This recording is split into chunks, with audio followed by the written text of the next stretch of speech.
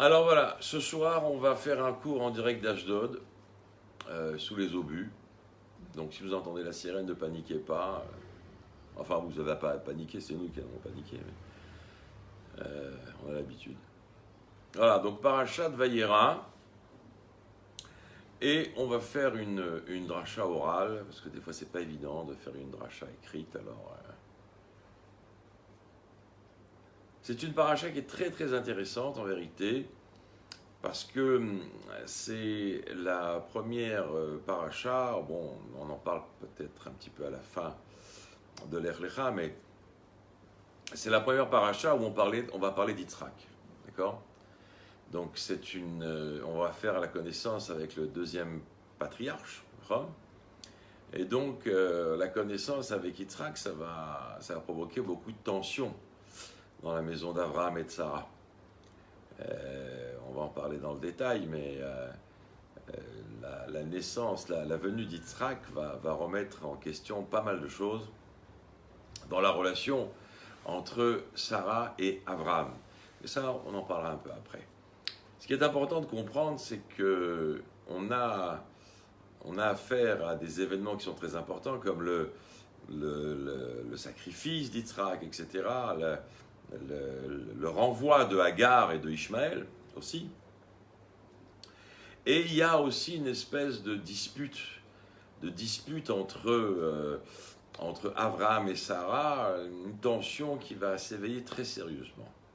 En tout cas, dans le contexte d'Yitzhak, la Torah ne s'étale pas, d'accord? La Torah ne parle pas en détail de la vie d'Yitzhak, etc., alors que, contrairement... la Torah parle très largement de la vie d'Abraham, c'est le premier juif, etc., le père de toutes les nations. La Torah parle aussi largement de la vie de Jacob, celui qui va être le père des 12 tribus, par lequel va se construire toute la nation d'Israël, par le biais des 12 tribus. Mais Yitzhak, on ne voit pas que la Torah s'étale précisément sur la vie d'Yitzhak, etc., etc. Alors peut-être qu'on a le sentiment d'avoir affaire ici à... On a tous entendu parler, vous connaissez le phénomène de l'enfant sandwich. Ouais, l'enfant qui se trouve entre deux, et cet enfant-là, en général, il est toujours très mal à l'aise dans sa peau, il a le sentiment de recevoir moins que les autres, etc. Donc c'est un petit peu un enfant comme ça qui il veut exister, il veut prouver son existence, il veut prouver que lui aussi il a quelque chose à apporter au sein de la famille. Mais bien souvent, il peut le faire d'une manière très très maladroite. Ça, c'est pour l'enfant sandwich. Mais vous avez déjà entendu parler d'un patriarche sandwich? Yitzhak, c'est un patriarche sandwich. Donc en vérité, on parle beaucoup d'Abraham, on parle beaucoup de Jacob, mais Yitzhak, on n'en parle pas beaucoup. Alors, c'est intéressant parce que la Torah nous dit que Yitzhak, il est relié avec l'avènement messianique. Ça veut dire quoi? Ça veut dire qu'à l'époque de la Géoula, à ce moment-là, Yitzhak va être nommé Avot, un père, un patriarche, qui a Avinu, c'est un autre père. Sur quoi on se base pour déclarer cette affirmation? Eh bien, on se base sur une névoie de Ishayahu. Ishayahu, il explique là-bas, il vient revendiquer auprès d'Hachem, il dit, écoute... il vient supplier Hachem en disant, Ishayahu c'est le prophète de l'avènement messianique, d'accord, du futur de la Géoula. Il vient et il dit à Hachem, il n'y a que toi qui peux avoir de la miséricorde pour l'âme Israël. Personne ne peut en avoir. Regarde, Abraham il a laissé tomber, Jacob il a laissé tomber, etc.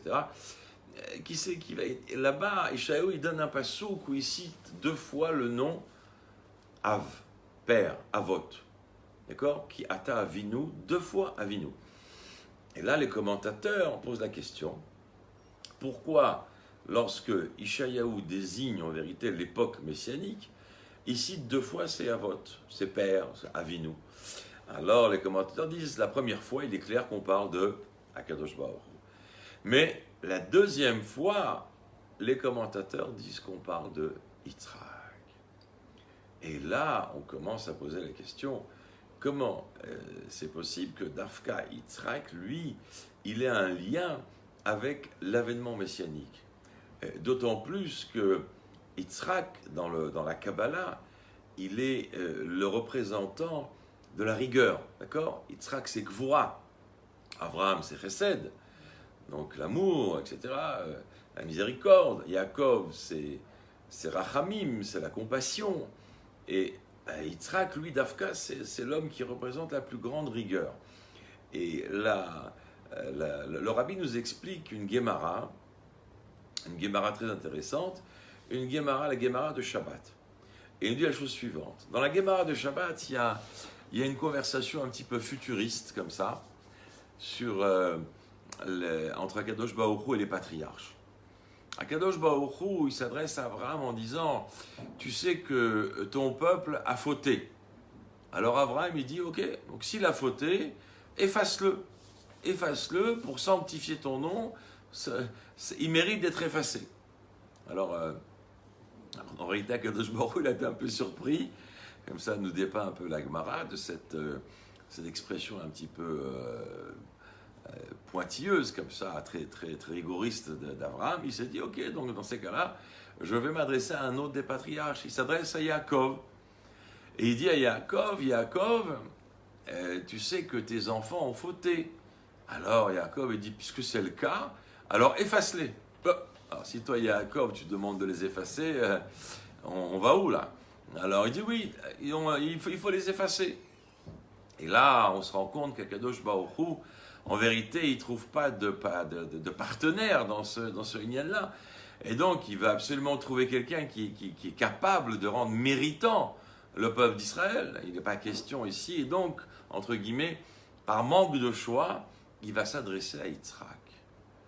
Et toujours dans la même formule, il va dire à Yitzhak, tu sais que ton peuple a fauté. Et là, Yitzhak, entre guillemets, il le regarde droit dans les yeux et lui dit, mon peuple? Ah, c'est plus ton peuple, c'est mon peuple maintenant. Ça veut dire quoi? Quand ils étaient au mont Sinaï pour accepter le don de la Torah, ils ont tous dit Naaseh Venishma, d'accord? Ils ont dit d'abord on va faire, ensuite on comprendra. Et là tu les as appelés Béni, Bechori, mes enfants, mon aîné, donc tu as fait d'eux en vérité ton peuple.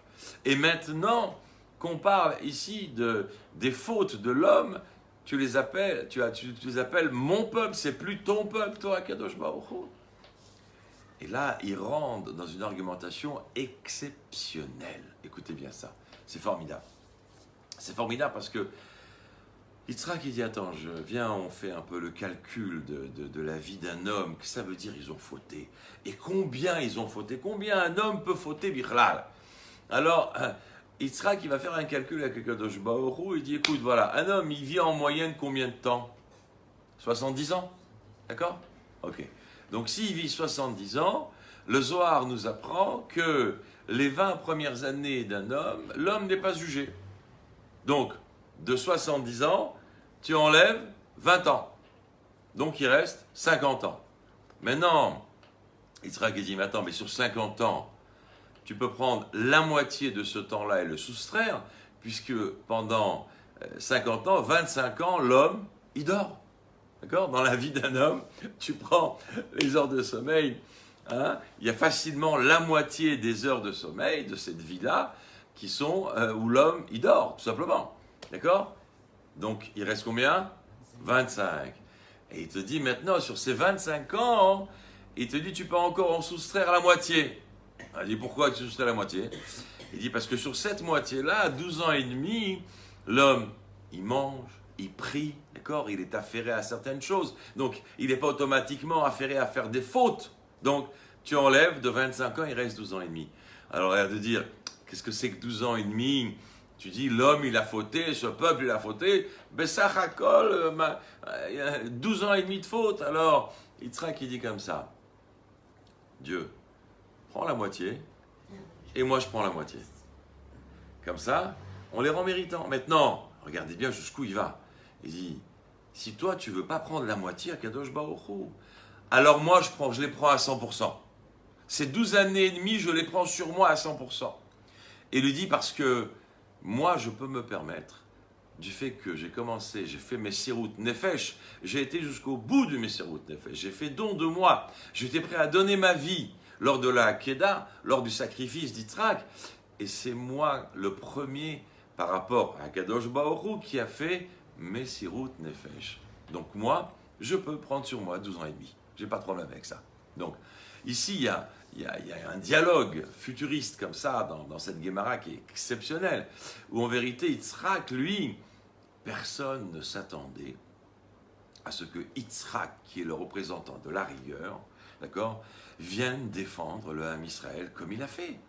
Et ça, c'est quelque chose de hors norme, d'accord. Il est censé être celui qui va être en vérité le plus regardant, le plus jugeant, celui qui va le plus critiquer, parce que la rigueur, c'est un petit peu son rôle, d'accord, dans la vie de tous les jours. Quand tu dis que quelqu'un, il est influencé par la tribu de rigueur, c'est quelqu'un qui est toujours en train de voir le demi-verre vide, ou toujours à critiquer ou remettre en cause les autres. Alors c'est quand même spécial que ce soit Yitzhak en vérité qui vienne ici et qu'il trouve un mérite au Ham Israël au point de décortiquer la vie d'un homme et de prouver à Kadosh Baruch Hu que Bessach Hakol, quand tu dis ton peuple a fauté, on va dire 12 ans et demi sur 70 ans de vie, entre guillemets, c'est pas grand-chose. Et là, on comprend une chose extraordinaire.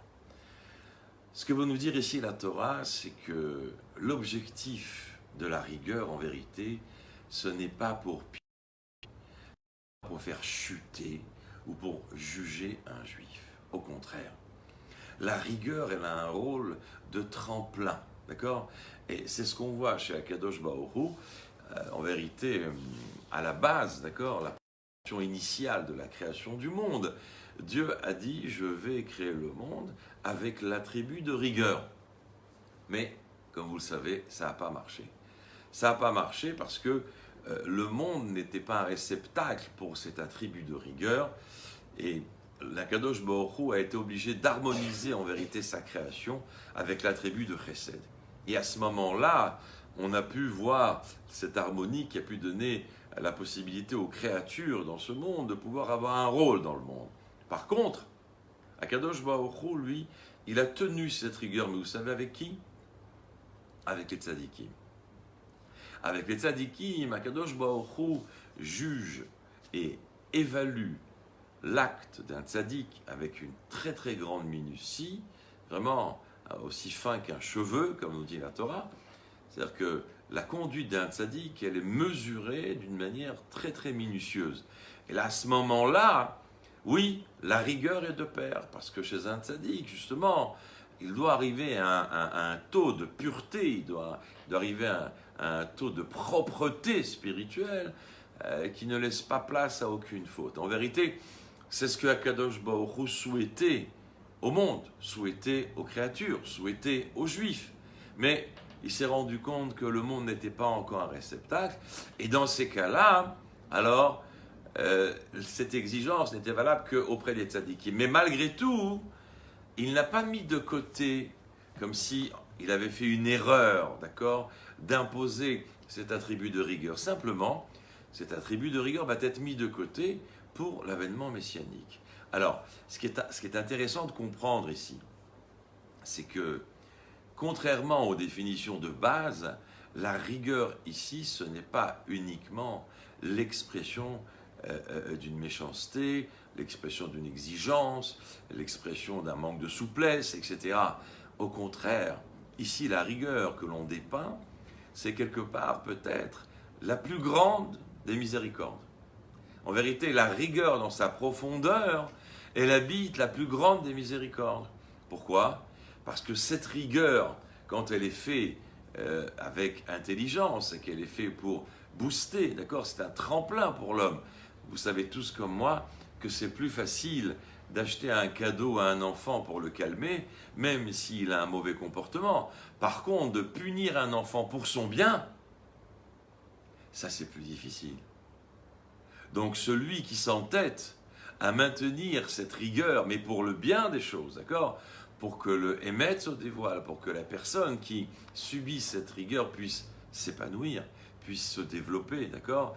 Alors à ce moment-là, en vérité, cette rigueur, c'est quoi? C'est le comble de la miséricorde, c'est le comble de l'amour. Mais c'est vrai qu'aujourd'hui, on a du mal à percevoir ces choses-là. On a du mal à vivre ça, évidemment. Naturellement, aujourd'hui, les hommes, ils ont plus de facilité à s'approcher de l'amour, à s'approcher du chesed, d'accord? Quand tu abordes un juif avec de la rigueur, aujourd'hui, tu l'éloignes.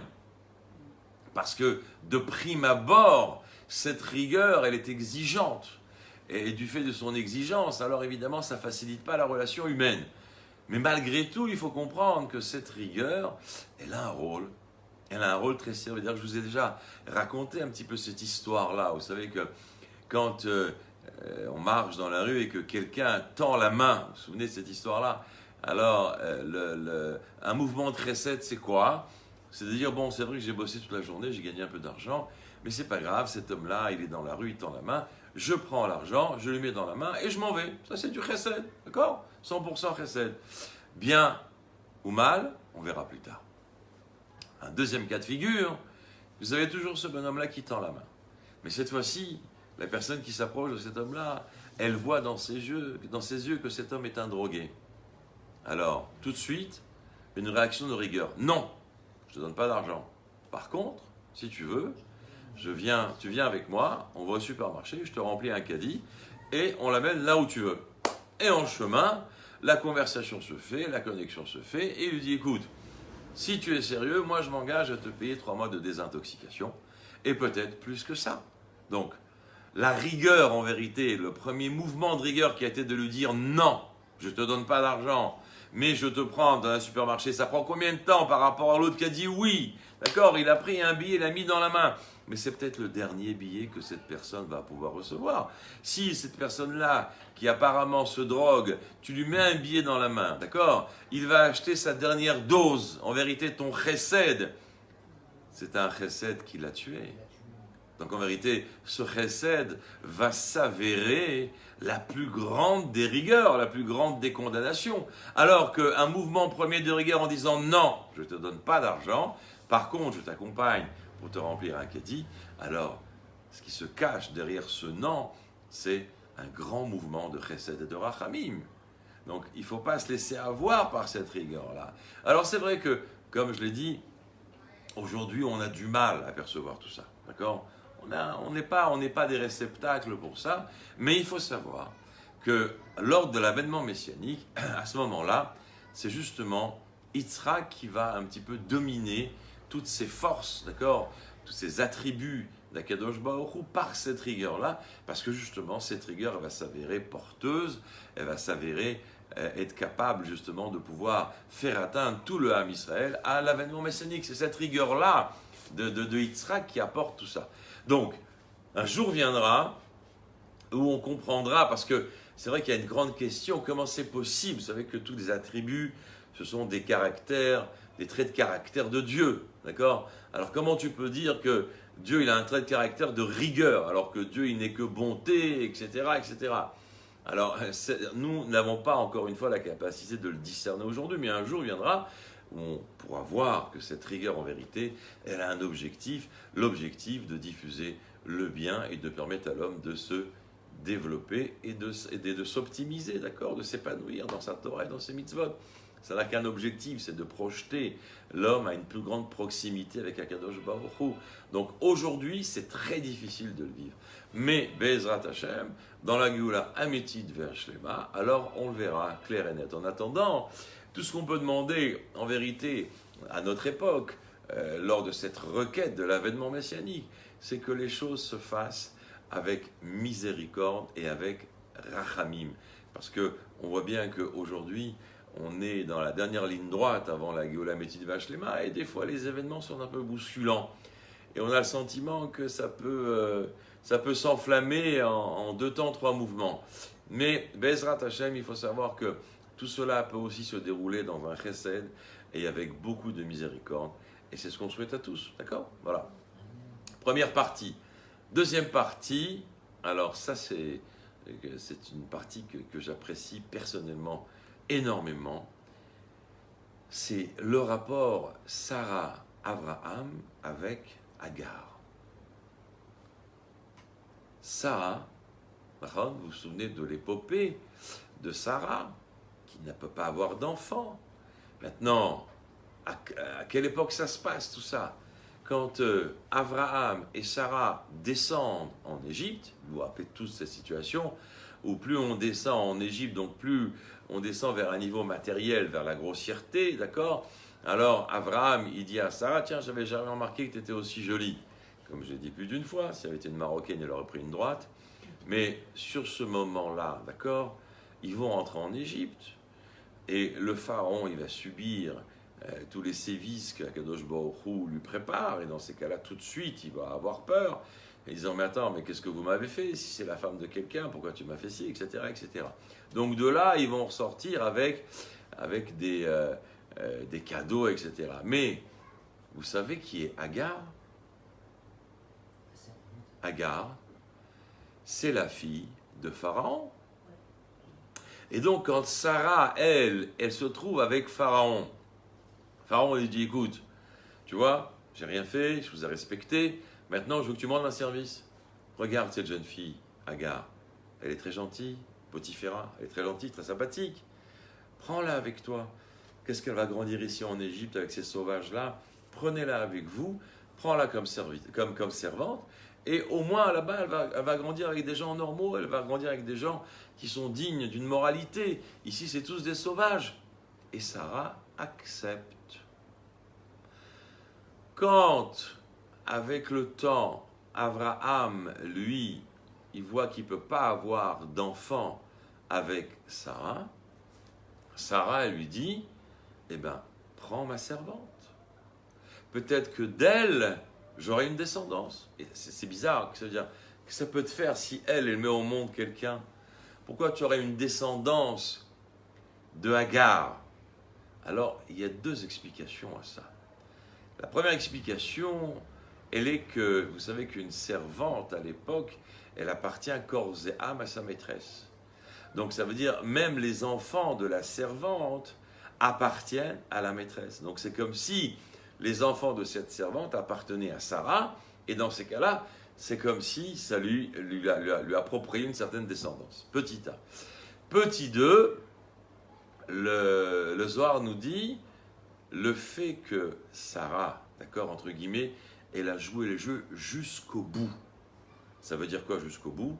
Ça veut dire qu'elle a fait Messirut Nefesh. Ça veut dire que pour donner une descendance à son mari, vous savez que d'après la halakha, Chas v'shalom, un couple qui ne peut pas avoir d'enfant pendant 10 ans, alors la halakha lui permet à l'homme, avec l'autorisation de la femme, de quitter la femme et d'essayer de trouver une femme qui va pouvoir lui donner une descendance. D'accord? Maintenant, elle, ça fait plus de 10 ans qu'elle n'a pas de descendance. Donc, comment elle fait? Comment ça se passe? Malgré tout, elle est prête à aller faire Messirut Nefesh, elle va faire rentrer une étrangère dans le lit de son mari. C'est pas une petite chose, d'accord? Il faut ouvrir les yeux.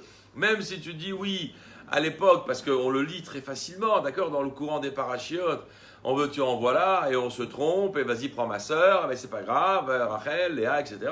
Et oh, Sarah, elle prend une femme étrangère, elle dit à son mari, vas-y. Le Zohar, il dit peut-être que si Dieu y voit jusqu'où elle est prête à aller, Sarah, il aura pitié de Sarah.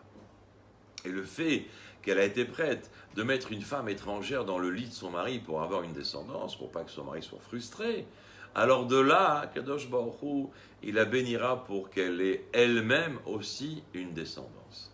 C'est un beau raisonnement. Ça montre bien le Messirut Nefesh.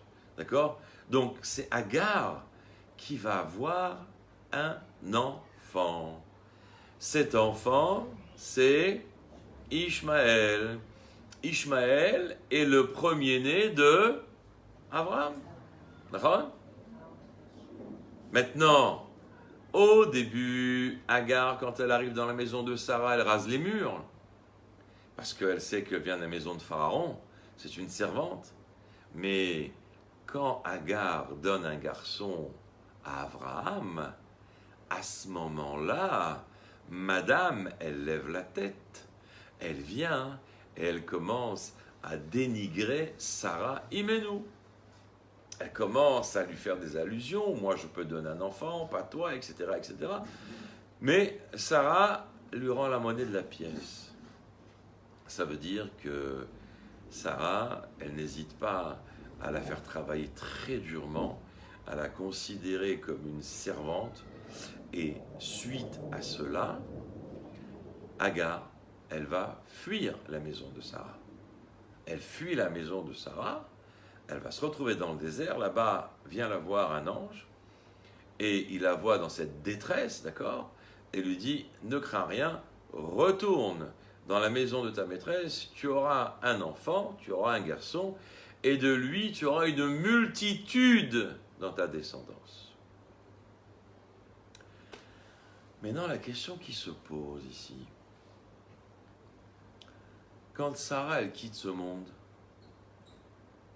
avec qui Abraham il va se marier? Avec Ketura. Rachid te dit, tu sais qui c'est Ketura? C'est Agar. Qu'est-ce qui se passe là? Je ne comprends pas bien. Cette femme qui a été chassée par Sarah, d'accord? Sarah, tu as un enfant avec elle, elle a 90 ans, toi tu as 100 ans. Alors non seulement, après la mort de Sarah, tu vas reprendre cette femme que Sarah a chassée, elle a chassé Agar, elle a chassé l'enfant. Et toi, Abraham, après la mort de Sarah, tu vas te marier avec cette femme qui a été chassée par Sarah Imenou. Non seulement ça, mais en plus, tu vas lui faire 6 gosses. Tu vas lui faire 6 gosses, c'est un peu bizarre parce qu'il va lui faire 6 gosses, mais en fin de compte, lui aussi, à la fin, il va les chasser avec des cadeaux. Alors, qu'est-ce qui se passe là? Vous savez que Sarah et Abraham, en vérité, c'est eux qui arrivent à ramener le maximum d'êtres humains à la connaissance d'un Dieu unique. D'accord? C'est eux qui vont rapprocher les hommes et les femmes, c'est eux qui vont les raisonner, c'est eux qui vont leur expliquer, c'est eux qui vont les motiver, d'accord? Pour bien comprendre qu'il n'y a qu'un Dieu unique dans ce bas monde. Donc, en vérité, comment on l'appelle, Abraham, ou Av, Amon, Goïm, d'accord? Ça va être le père d'une multitude. C'est ça, Abraham Avinu. C'est lui le père d'une multitude. C'est lui qui va donner naissance au judaïsme, celui qui va donner naissance au christianisme, et celui qui va donner naissance à l'islam. D'accord? C'est de Abraham que tout ça va sortir. D'accord? Ce sont ces gens-là. C'est lui qui va être en vérité. Abraham, il n'est pas que le père du Ham Israël. Il est le père de l'humanité. Mais pas n'importe quelle humanité. Il est le père de l'humanité monothéiste. Ce qui représente, grosso modo, je ne sais pas, 4-5 milliards d'individus dans ce bas monde. D'accord? C'est quand même pas mal.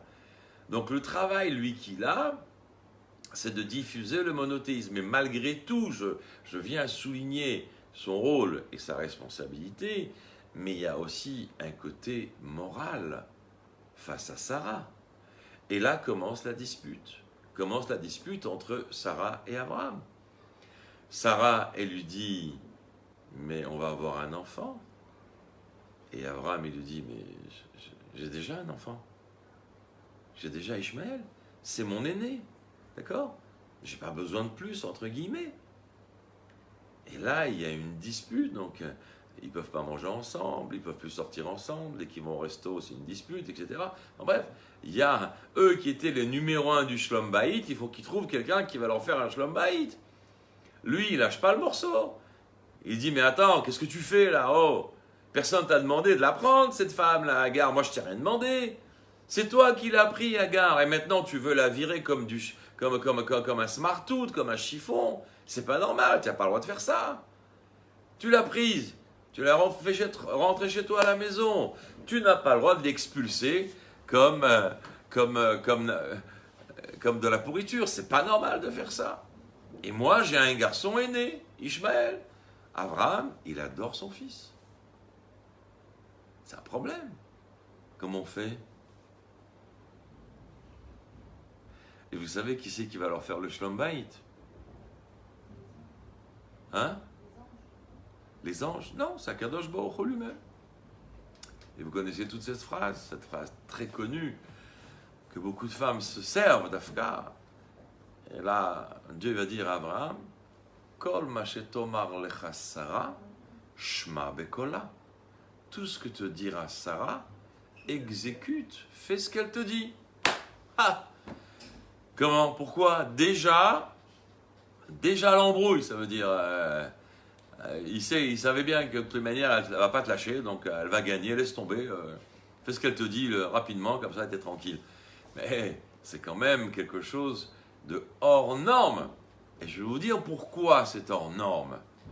Parce que Abraham, lui, qui paraît comme ça, un petit peu ébloui, d'accord, par l'amour de son premier-né, Ishmaël, mais en réalité, quelque part, Abraham, il ne fait que respecter la halakha. La halakha te dit, tu ne peux pas haïr l'aîné de ta première femme sur le compte de l'aîné de ta deuxième femme. Tu n'as pas le droit de faire ça. Donc c'est pour ça, tout simplement. Abraham, il fait pas, en vérité, c'est pas une forme d'ingratitude. Il n'est pas, peut-être, il néglige pas Sarah. De prime abord, comme ça, on aurait le sentiment que Sarah, tout d'un coup, elle a une conduite un petit peu déplacée. C'est pas normal de se conduire comme ça vis-à-vis de cette femme Agar. Et donc, lui, Abraham, il le lui fait remarquer. Mais la réaction de Abraham, elle est basée strictement sur la halakha et sur rien d'autre. D'accord? Donc, par rapport à ça, se pose la question. Donc, il a un vrai problème d'halakha. Maintenant, Dieu lui dit, écoute, tu fais ce que te dit Sarah. Ça veut dire quoi? Ça veut dire que quand tu as une mitzvah de ne pas faire, s'il se présente à toi une mitzvah de faire, tu peux repousser celle de ne pas faire. Un exemple, d'accord? Un brit, c'est une mitzvah assez. D'accord? Transgresser Shabbat, c'est une mitzvah lota assez, c'est une mitzvah de ne pas faire. D'accord? Donc, tu as la halakha de ne pas transgresser Shabbat. Verser du sang le Shabbat, c'est une transgression. D'accord? Maintenant, la Torah te dit, quand il te vient au même moment une mitzvah de faire, tu peux repousser la mitzvah de ne pas faire. C'est-à-dire que le Shabbat te vient le 8e jour de l'enfant, donc tu as une mitzvah de lui faire le brit.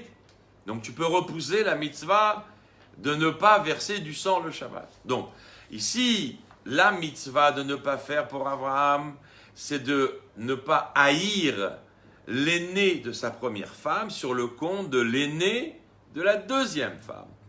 Mais sur ce, Akadosh Baruch Hu, il vient et il te donne un ordre de faire une mitzvah tassée, une mitzvah de faire. Écoute les paroles de ta femme, c'est une mitzvah de faire. Donc, la mitzvah de faire va repousser la mitzvah de ne pas faire. Et donc, sur ce, il renvoie les deux, il n'y a pas de problème. Il renvoie Agar et Ishmaël.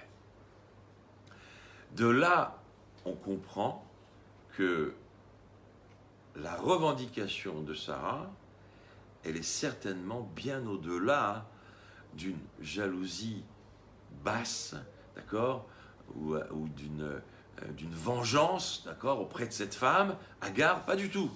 Il faut comprendre qu'est-ce qui se passe ici. La Nekuda est la suivante, et c'est très, très, très intéressant.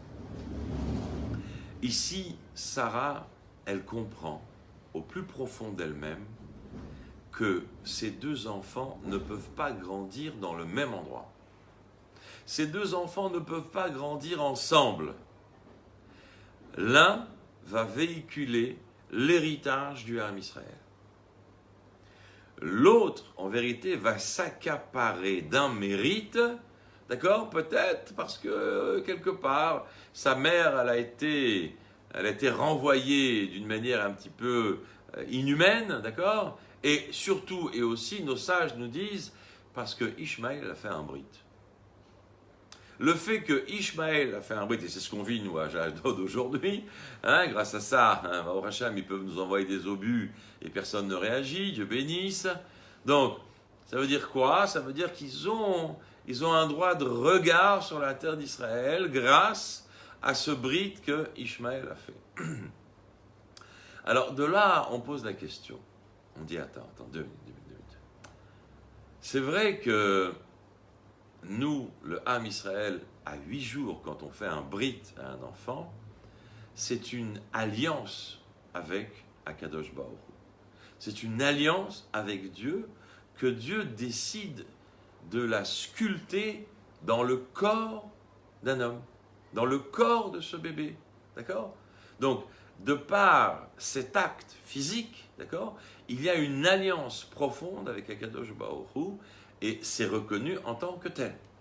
Mais pour les Ishmaélim, ce n'est pas une forme d'alliance, d'accord? Cette brite, elle est vide de sens.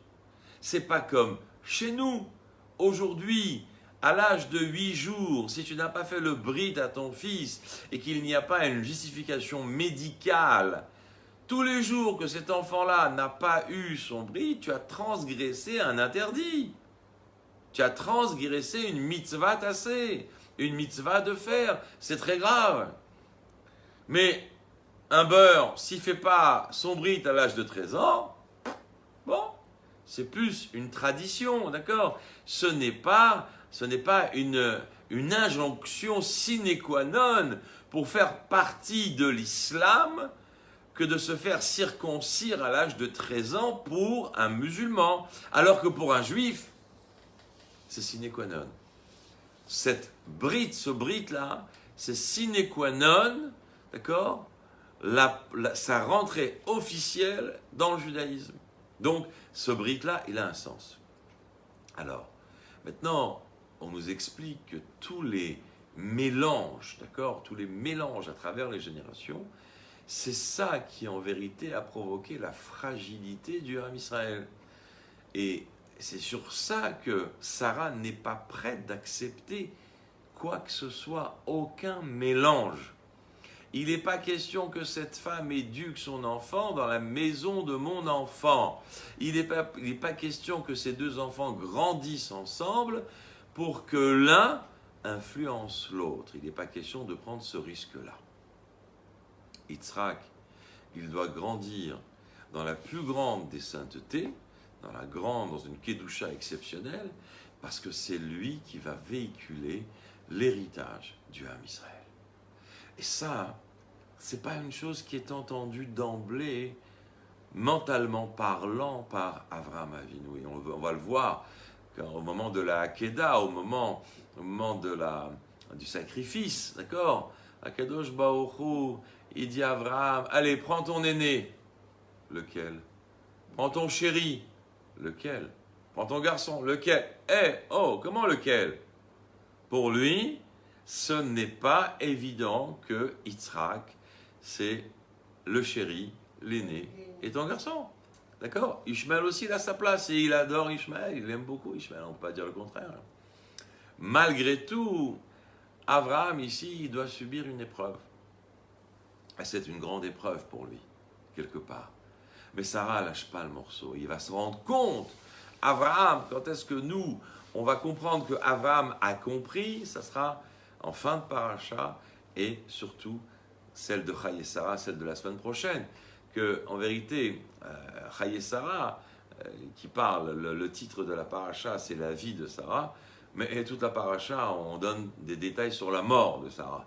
Et en vérité, on va voir qu'Abraham, il a compris l'entêtement et l'importance de cette directive de Sarah, justement au moment où Sarah elle va quitter ce monde. Et là, il va comprendre que quand Rivka va venir prendre la place de Sarah, à ce moment-là, il va y avoir ce nerf, d'accord, cette flamme qui va durer de Shabbat en Shabbat. Il va comprendre que c'était très important que Sarah, en vérité, elle exige que cette Agar, elle quitte la maison avec Ishmaël. Malgré tout, Abraham, après, il va se remarier avec Agar. Alors, la Torah nous dit, parce que Agar a fait tchouva. Ça veut dire quoi, elle a fait tchouva? Ça veut dire que, en vérité, quand elle a quitté la maison d'Abraham et de Sarah, alors elle est repartie dans une ambiance d'idolâtrie. D'accord?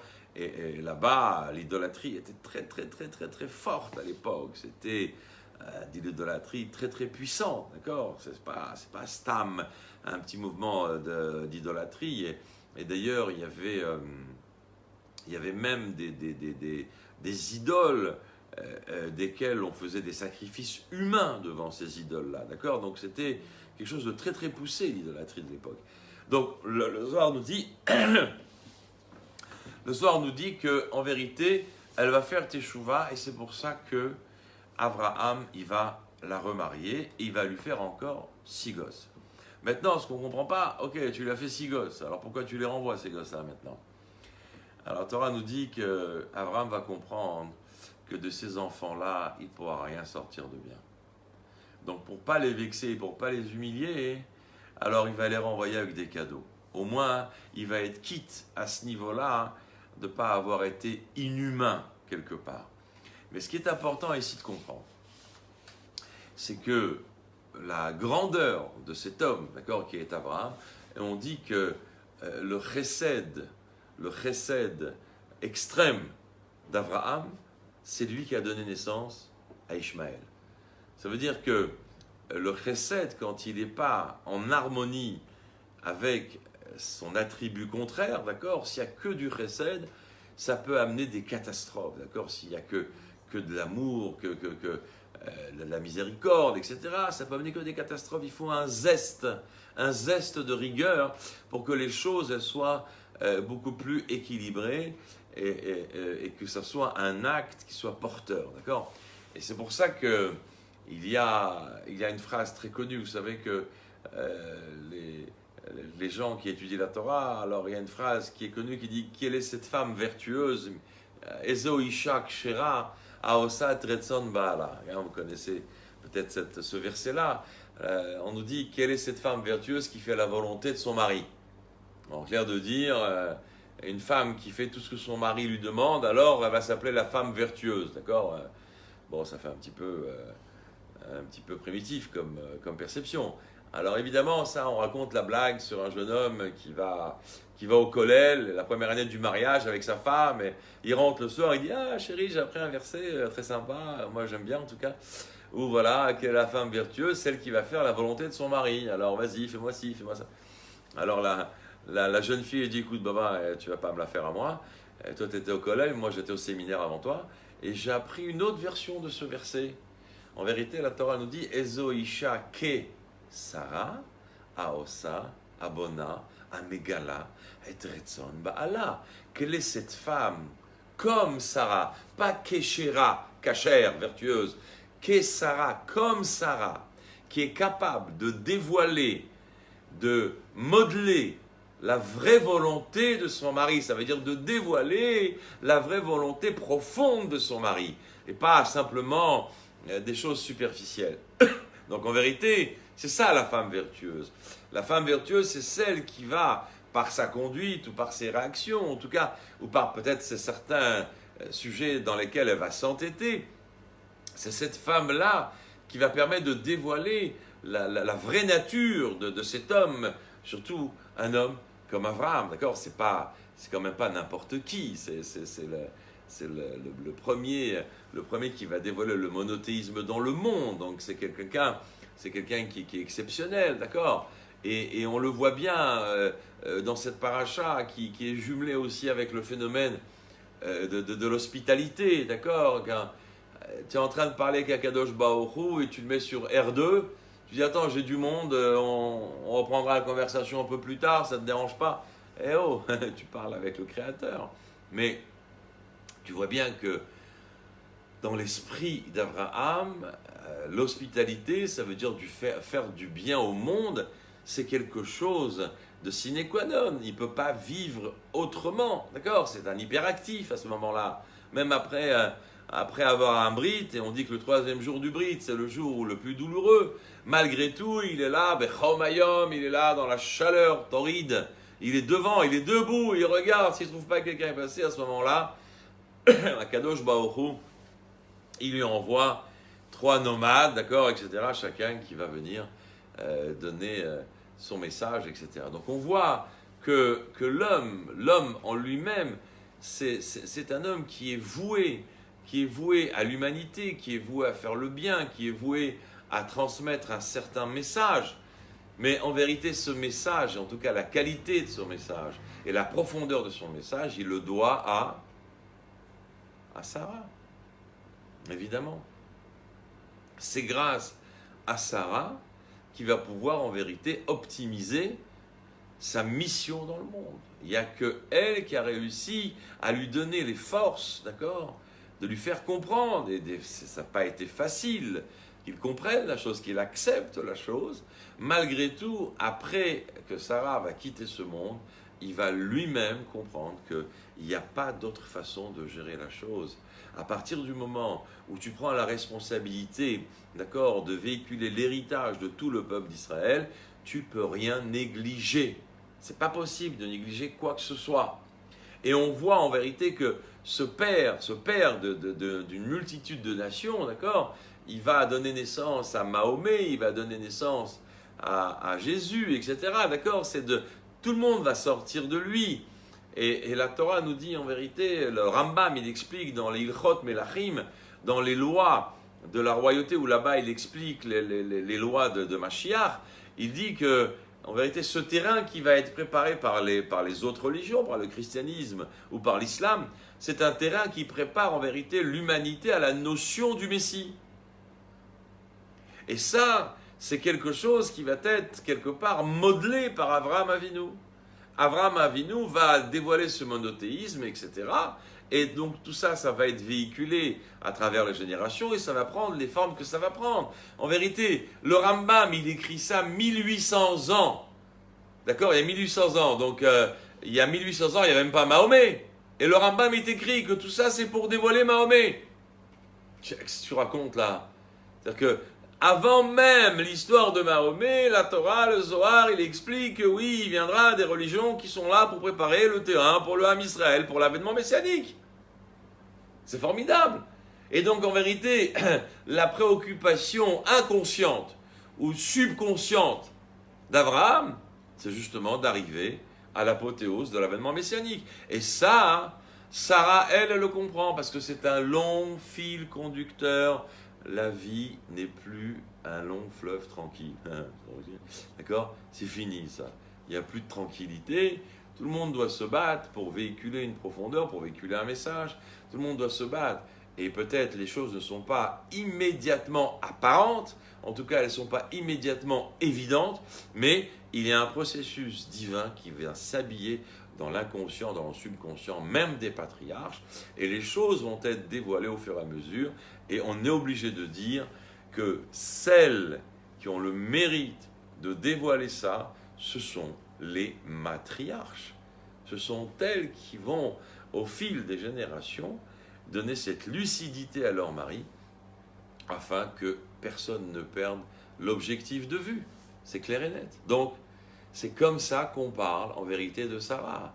Et c'est vrai que cet acte qui peut paraître de prime abord inhumain par rapport à Agar, mais c'est le Aleph Bet. On ne peut pas faire autrement pour s'assurer que cet héritage y soit éternel. Personne ne peut prendre aucun risque. Et c'est ce qu'on demande en vérité à tous les parents. C'est ce qu'on demande à tous les parents face à leurs enfants. Préservez vos enfants. Ne les laissez pas se mélanger, ne laissez pas fréquenter des ambiances ou des sociétés qui ne sont pas pour eux. Pour faire quoi? Pour perdre, pour chuter, pour faire disparaître, comme le Rabbi a dit plus d'une fois, que la plus grande des Shoah, c'est l'assimilation. Donc, c'est ce que nous dit Sarah Imenu. Sarah Imenu, elle a été prête à se battre, même contre son mari, même au prix d'un Shalom Bayit. Et tout ça, ça a été légitimisé par Akadosh Baruch Hu lui-même qui a dit, écoute Abraham, écoute ce que ta femme te dit. Elle a un sixième sens, elle ressent les choses, elle sait que ça doit être fait comme ça. Et en vérité, c'est sûr que mesdames, vous avez un rôle exceptionnel dans l'éducation de vos enfants. C'est très important que vous ayez cette perception un petit peu comme au jeu d'échecs, de voir plusieurs coups d'avance, d'accord? Et par rapport à ça, de faire éviter tant bien que mal aux enfants de tomber dans certains pièges de la vie de tous les jours. En tout cas, Baruch Hashem, cet héritage, il est là, cet héritage, il est véhiculé. Cet héritage, Baruch Hashem, nous avons travaillé des milliers et des milliers d'années pour qu'un jour on puisse dire nous sommes veille de l'avènement messianique. Et aujourd'hui, on peut le dire, nous sommes veille de l'avènement messianique. Grâce à qui? Grâce au premier. C'est pour ça que la Torah nous dit, sauf Maaseh le Machashava Trila, l'acte final était déjà dans la pensée première.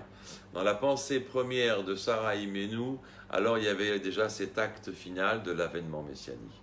Et c'est comme ça que Bezrat Hashem, on va recevoir Mashiach avec des bombes toutes les 10 minutes. Barakallah. Allez. Bye bye.